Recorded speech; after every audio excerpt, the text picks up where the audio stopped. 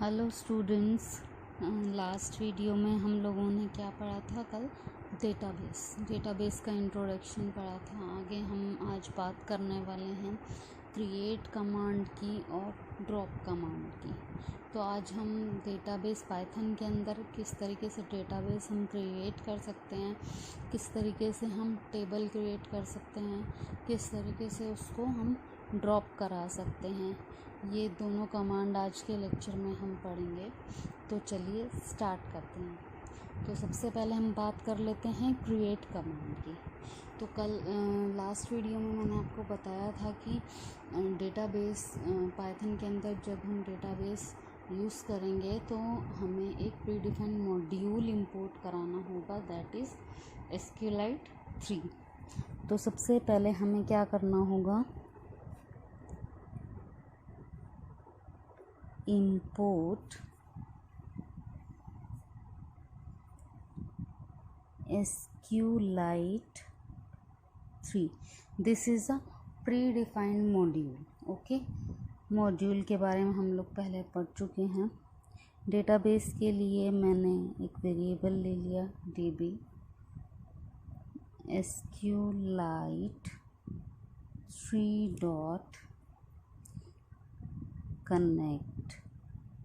मैं database create कर रही हूँ, तो उसके लिए हम यूज़ करेंगे मॉड्यूल का नाम डॉट कनेक्ट, और जो भी हमारे डेटाबेस का नाम होगा। सपोज़ मैंने अपने डेटाबेस का नाम रख दिया जितिका, और एक्सटेंशन यूज़ करेंगे डेटाबेस के लिए db।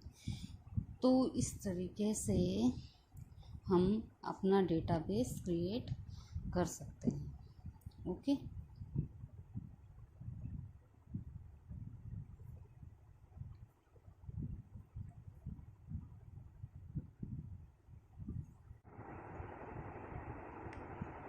ओके। तो कर्सर की जगह पर आप कोई और कीवर्ड यूज़ कर सकते हैं। बेसिकली कर्सर क्या है? कर्सर इज़ द ऑब्जेक्ट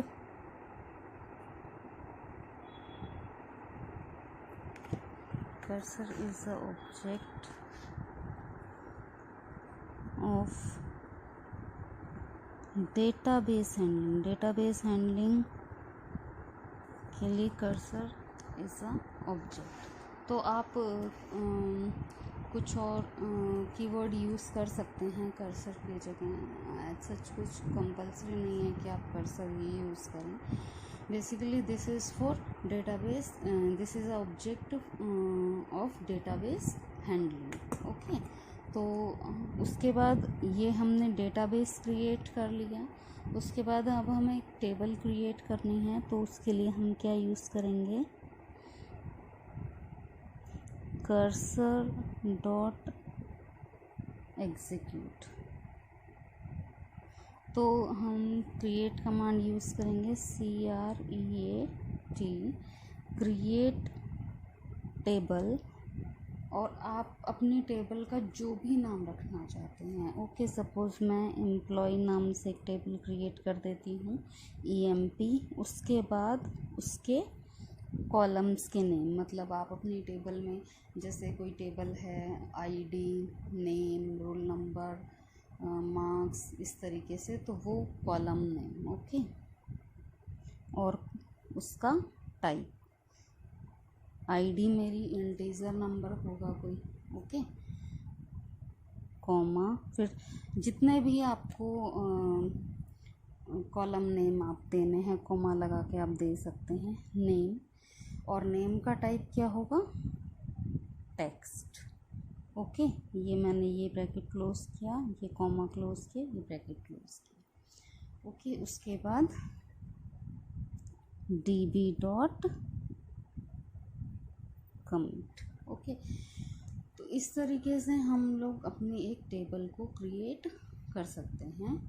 हमें कमांड यूज़ करनी है क्रिएट, कीवर्ड यूज़ करना है टेबल, आपकी टेबल का नाम जो भी आप जिस भी नाम से आप टेबल क्रिएट करना चाहते हैं, और उसके एट्रीब्यूट्स या कहो कॉलम नेम, वो आप दे सकते हैं। ओके, और आप सेम नाम से 2 बार टेबल या एक से ज़्यादा बार टेबल क्रिएट नहीं कर सकते। अगर आप दोबारा EMP नाम से एग्जीक्यूट करोगे टेबल को तो वो एरर दिखाएगा, क्योंकि सेम डेटाबेस के अंदर सेम नाम से आप मल्टीपल टेबल क्रिएट नहीं कर सकते।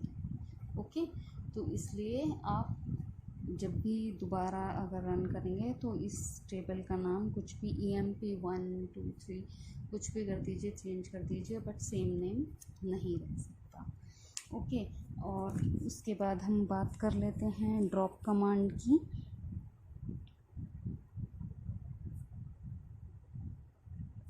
मतलब अगर आपने टेबल जो क्रिएट की है, आप उसे जैसे EMP नाम से टेबल आपने क्रिएट किया, आप इसको डिलीट करना चाहते हैं, ओके, तो आप उसके लिए क्या यूज़ करेंगे?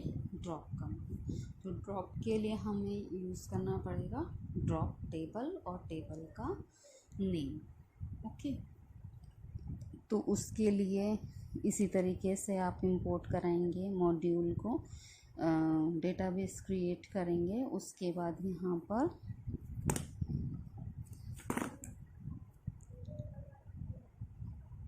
कर्सर डॉट एग्जीक्यूट और आप क्या करेंगे? ड्रॉप टेबल, और आपकी टेबल का नाम क्या था? EMP। मतलब टेबल बनी होनी चाहिए जिसे आप डिलीट करना चाहते हैं।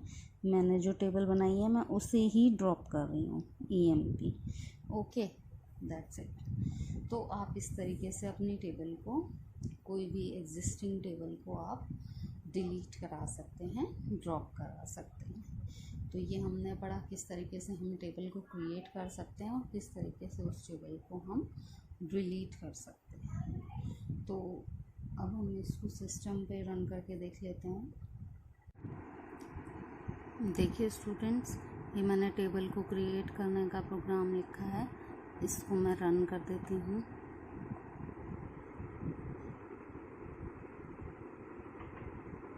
देखिए कोई एरर नहीं है, ये एग्जीक्यूट हो गया है और मेरी EMP नाम की टेबल बन चुकी है।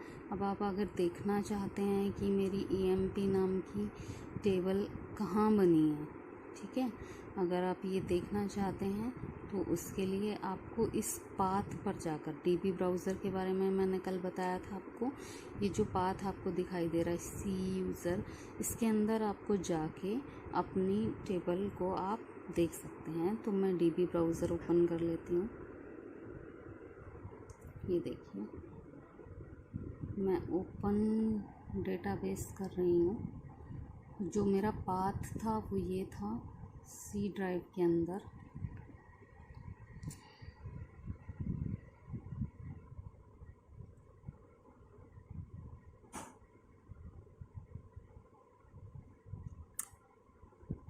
यूज़र्स के अंदर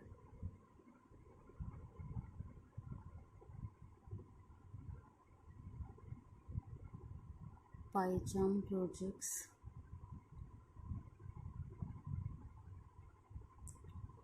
और इसके अंदर मेरे डेटाबेस का नाम क्या रखा था मैंने?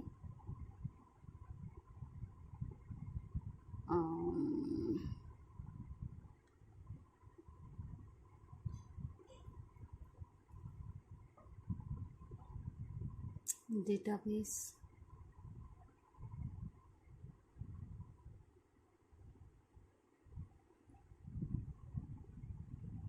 एक मिनट में चेक कर लेती हूँ मेरे डेटाबेस का नाम क्या रखा था, जितिका 1।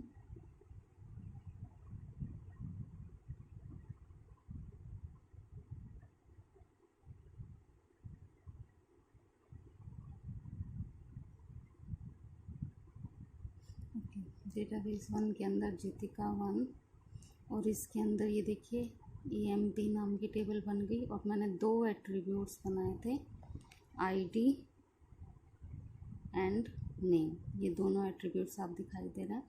आप और भी एट्रीब्यूट्स कॉमा डाल के उसका डेटा टाइप बता के आप एट्रीब्यूट्स के नाम दे सकते हैं। तो ये मेरी एक टेबल क्रिएट हो गई। आगे हम इंसर्ट कमांड भी पढ़ेंगे। इस के अंदर हम जब वैल्यूज़ देंगे ID और नेम की, वो हम आगे की वीडियोस में पढ़ेंगे।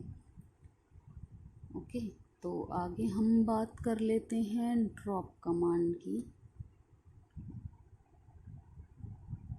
ये देखिए, मैंने जीतिका 1 के अंदर जो टेबल बनाई थी EMP नाम की, मैं उसे अब ड्रॉप करना चाहती हूँ, डिलीट करना चाहती हूँ। तो अभी हमने जहाँ पर टेबल देखी थी वहाँ से ये टेबल डिलीट हो जाएगी। रन, देखिए ये एग्जीक्यूट हो गया। मैं डेटाबेस के अंदर फिर से जाती हूँ।